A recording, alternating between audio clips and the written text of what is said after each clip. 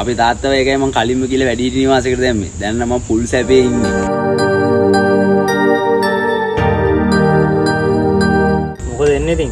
උඹලා තාත්තා මලකේකුත් උනා නේද බං? මට ඒවත් එන්න උනේත් නෑ බං. ඔව් බං අන්තිම දෙකේ මං එන කට්ටක් කෑවා මචං. කවුරුත් උදව්වටවත් නෑ. අමනම් ඕවා දැනගෙන මං ඉඳියේ. මං ගිහිල්ලා ඒකයි අපි තාත්තව වැඩිහිටි නිවාසයක දැම්මේ. දැන් නම් මං පට්ට සැපේ බං ඉන්නේ. මේ මූ කියන කතාවත් ඇත්ත තමා.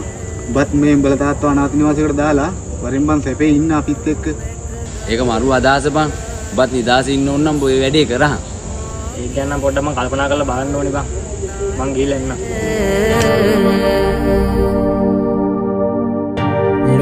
බිඳු දාජේට බං අන්තිම දෙකේ මං එන කට්ටක් කෑවා මචං. කවුරුත් උදව්වටවත් නෑ. මං ගිහිල්ලා ඒකයි අපි තාත්තව වැඩිහිටි නිවාසයක දැම්මේ. දැන් නම් මං පට්ට සැපේ බං ඉන්නේ. තාත්තේ මගේ තාත්තට තාත්තේ ඔය වැඩේ නවත්තලා එන්න. මං තාත්තා වන්දන ගමන එකයි නදන්නේ. අපි යමුද? එයාට බුදු බාවත් වෙනවා පුතේ. එහෙනම් අයියන් අපිට අග්ගල ඇඳුම් ටික දාගමු ගිහිල්ලා. ගියන් පුතේ.